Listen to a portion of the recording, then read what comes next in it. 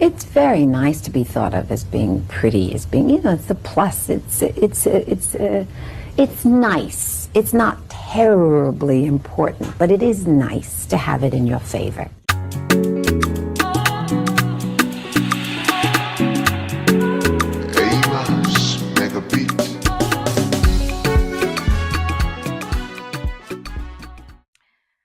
Hi guys, and welcome back to my channel. Thank you so much for being here, and I really appreciate your time. And I wanted to just quickly speak on this thing I've been seeing going viral on social media currently, and it's the discussion of a lavender marriage. It's apparently when a gay and a straight couple form a union to portray as a real marriage, but and reap the benefits of being married, like splitting bills or one paying all the bills, what have you, just reaping benefits of marriage. But it's not really real. I'm in a loving relationship with my husband, but if stuff starts getting a little too like Project 2025, are there two women that would be interested in like a lavender marriage? Just think about this for a second. So like 4 full-time incomes could yield a very nice house, right? Or like a decent sized house with wonderful vacations. So many were concerned about what I did with that guy in Bali that I decided to try my hand at a lavender marriage, and here's how it went. We started in Barcelona and attempted to be a straight couple, but he very quickly picked up his purse and turned gay again. I supported his every move. He got me coffee when I was tired. He was my backup singer when I couldn't sing. He got really good, candid shots of me walking through magical hallways and encouraged me to dance the night away. He didn't judge me when I was greedy and had late night cravings. We toast champagne while shopping at Louis and Cannes. We strolled through the streets till we came to the Armani Cafe, where we had wine and coffee and did our fake rich laughs, knowing that there were real millionaires around us. Because he's my lavender husband, he took more candid videos. And when we got back to the we dressed in matching bathing suits. We got lost for 4 hours on the train before finally getting off at the Coliseum. Then we saw 2 of the 12 apostles' hands and feet that were cut off. I don't know why they were there, but we were scared. We went to the Trevi Fountain. We got dressed for Scarlet Night. We coordinated for seafood dinners with a beautiful view. We danced in the streets of Malta, where he supported my career as a majorette. And later that night, I supported his career as a backup dancer to our new friends. He never missed a moment. He always made me feel beautiful and captured the moment on camera. And we always ended our night in matching robes and pizza. So I've been seeing like a lot of discourse about, the possibility of it. Is it doable? Is it, something that women should embrace, modern women should embrace? And of course, on the other side, I've been seeing men in the more manosphere section who have been basically talking about it as if it's ridiculous. And, women are so desperate that they clearly now have to go and be with gay men. And on the other side of that, I see women who have this very, I guess, exaggerated view of men. They think men are supervillains. They think all men, well, I'm sorry, particularly cis-het men, so that would be cisgendered heterosexual men, are the problem. They're the issue. They are what's causing all of the problems in the world. So this is a good alliance because for some reason women tend to think that gay men are automatically their friends, and they have some type of camaraderie. And so I've just been hearing a lot on this, and I've been seeing this share in a lot of my different groups on Facebook that are like luxury spaces, feminine spaces, woman-centered spaces. So I just wanted to come on here and give my opinion on the subject. So first of all, let's define what a lavender marriage is. I know I played a clip, but let's just define what that is. So a lavender marriage is typically when you have a gay man or a bisexual man who is legally married or in some type of open relationship with a heterosexual woman. And so this basically becomes an agreement where each party gets certain things that they would need that they may not be getting, with who they're dating or who they're currently with. So the gay man or the bisexual man gets to, I guess, benefit from all of the normalcy associated with being heterosexual. and as well as, not having to answer certain questions. He can go on and have children, in a more natural way, I guess you could say, versus like adoption or getting a surrogate. And then the woman, obviously, depending on the type of man that she aligns herself with, she gets the benefits of being with a heterosexual man, or, well, yeah, I guess some of the benefits of being with a heterosexual man, like a man being in the house and him being able to do certain things, him contributing certain things financially, benefit, those sort of things that come with marriage, the legal things that come with marriage. Now, I would say throughout the industry in Hollywood, this has been something that people have been doing. We have been able, like we the public have been able to recognize this, these arrangements. Quite often there's always something that you can tell about it where you're like, I don't really think they like each other like that, or you know what I'm saying, or maybe he, Will Smith. Like, people have been able to glean these types of relationships in celebrities, but this is something that people have been doing. I actually know someone, um back in the early 2000s when I was modeling, specifically when I was doing bottle service. There was a bartender that worked at one of the establishments, one of the bar lounges that I worked at, and I actually met his wife. But at work, I would see him flirting with men, so I would, we eventually got close, and he eventually, dispelled to me like, oh yeah, like I'm gay, or I'm bisexual. And yeah, my wife knows about it. She does what she does. I do what I do. Like, so I have literally up close interacted with a couple who did this. And whenever she would come into the lounge, she wasn't angry or upset to see him flirting with other men, or sometimes flirting with other women. So I guess in another way, you can think of it as an open marriage when one or both of you are bisexual or go both ways. But specifically, a lavender marriage is for gay or queer men with straight women. Okay. Now, what do I think about this? What I think about it is basically, I view this as what you get when the gender wars have been so destructive to people, such that they can no longer find a path to getting what they want without feeling shame. So I think objectively, right? So I don't have a very like rigid perspective when it comes to things. I know how to practice one thing, believe one thing personally for myself, and then as well as hold space and understanding for other people concerning what they do and what they need. So I understand that in the society that we're currently in, that there may genuinely be a need for people to be open to non-traditional and unconventional relationship structures. I don't think the average man or woman nowadays is going to get married. I don't. And if they do, I don't think that they have the support or the conditioning to even stay dedicated to their marriage past a couple of years.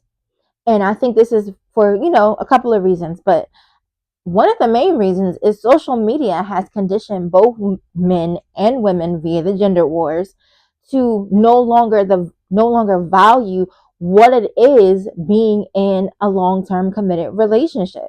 And so there are men who say they don't want to make decisions, they don't want to be the provider, the protector, they don't want to do what is required of a traditional husband and father.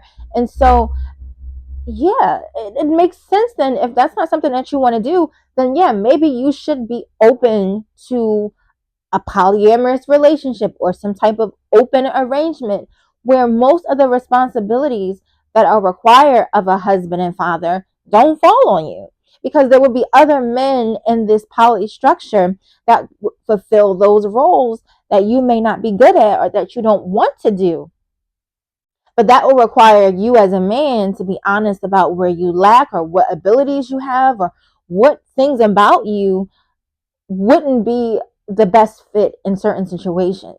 But a lot of men don't sit with themselves and have a conversation about, okay, well, maybe I don't fit well as a traditional husband. Maybe I don't fit well as a traditional father. And the same can be said about women. A lot of times when I'm in spaces, I see women saying a lot of things that basically show that they hate men. Like, I'm going to be honest. I will see posts in certain groups where this mindset, this mentality that heterosexual men are the enemy, men are the enemy, heterosexual men are the enemy, all men, anything that you do for a man or in service to a man is below you as a woman. And if you believe men, if you have children, if you get married, if you choose that path as a woman, then you're set up for failure and negative. Like, there are spaces that promote this, that circulate this mindset every day. And there are women who soak this up and believe this, who really like internalize this rhetoric. And so in real life, they view men automatically as the enemy. This is real life I'm talking about. So, yes, to women who have really started to internalize these ideas and notions, yes, a lavender marriage is perfect for those type of women. And like I said, if you're honest about where your strengths are, or where the things that you lack are, or what type of character or what type of, things you're good at, maybe a traditional wife doesn't work for you. Maybe that is too demanding. And so you need, do you understand what I'm saying? Like, a lot of times people do not pursue what is real or what is best for them because they have these internalized thoughts that came from social media or other people, and they're making real life decisions based off of commentary, based off of rhetoric, based off of content that people only put out there so they could go viral. A lot of these I say it all the time, these content creators are not making this content because they genuinely care. They're not being responsible. They're not thinking about what they're doing. They are making content so they can go viral. They want a spicy take. They want the virality. They want the clicks and the views. They want the emotional reactions and engagement in their comment section. They are not being responsible about what they're saying and putting out into the universe because they don't care. They're here to make money. And so I believe, once we circle back a couple years later, we'll be able to study the effect of what has happened on social media and connect that to the state in which there are not as many families, there are not as many kids in healthy environments. And I think it will show the pattern or the connection or the correlation to the gender wars topics. There are a lot of content creators who are responsible for this, men and women. The red pill girl, the red pill men, the manosphere men, the level up girlies, the femininity coaches, those women who circulate narratives that are destructive to the whole point of being with somebody in a dedicated relationship. Yeah, I think there's going to be a correlation that you will be able to study.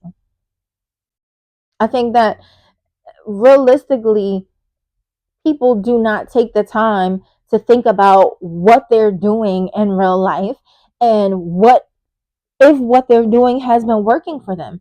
I mean, listen, people are doing bad. Like, people are doing bad mentally, financially, emotionally. People don't have no social skills. People ain't had human contact, human touch.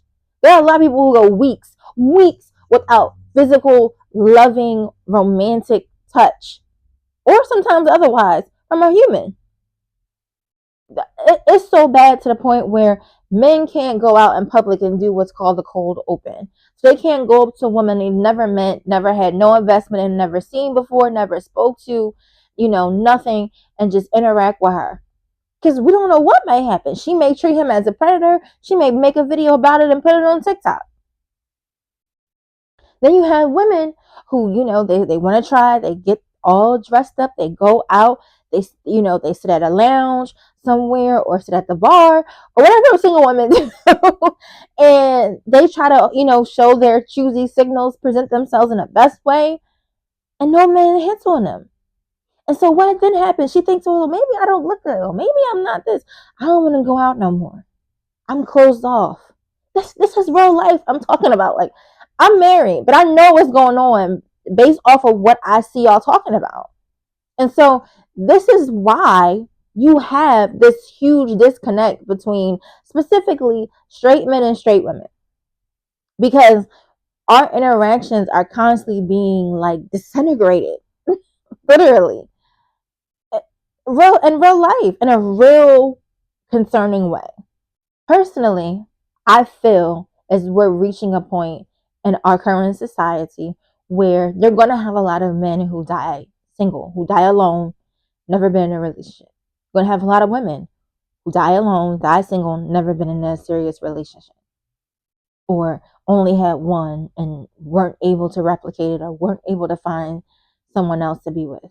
I believe that's the path that we're heading down as a society, 100%.